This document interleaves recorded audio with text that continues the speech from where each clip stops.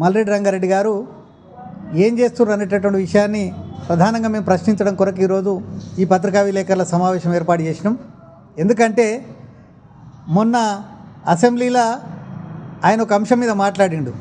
జిహెచ్ఎంసీల greater హైదరాబాద్లో ఈ శివారు ప్రాంతకు సంబంధించినటువంటి రంగారెడ్డి జిల్లా మున్సిపాలిటీలను, ప్రధానంగా ఇబ్రాహీంపట్నం నియోజకవర్గంలో ఉన్న 3 మున్సిపాలిటీలను ఏ రకంగా విలీనం చేసిండ్రు, ఏ రకంగా అస్తవ్యస్తం చేసిండ్రు, ఎవరిని అడిగి చేసిండ్రు, ఎవరు చెప్పకుండా ఎందుకు చేసిండ్రు అని చెప్పేసి మొన్న అసెంబ్లీలో చాలా ఘాటుగా మాట్లాడిండు.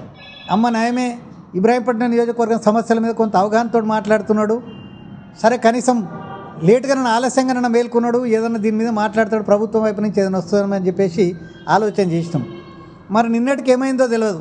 నిన్న అదే అసెంబ్లీలో విలేకరుల సమావేశంలో మాట్లాడుకుంటూ ఏమంటాడు, జిహెచ్ఎంసీ ప్రక్రియ అనేది బ్రహ్మాండంగా జరిగింది, అక్కడ అంతా ఏదో ప్రభుత్వం అంతా చాలా గొప్పగా అభివృద్ధి చేయడం కొరకు విలీన ప్రక్రియ చేసింది, ఏదో చిన్న ఒక 5% చిన్న లోపాలు జరిగినాయి అనేటటువంటి మాట మాట్లాడుతున్నాడు.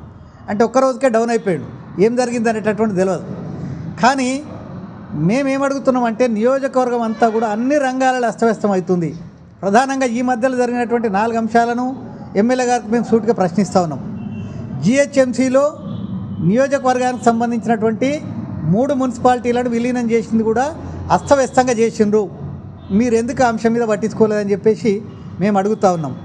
రెండోది, కొత్తగా పోలీస్ కమిషనరేట్ ఏర్పాటు చేస్తున్నటువంటి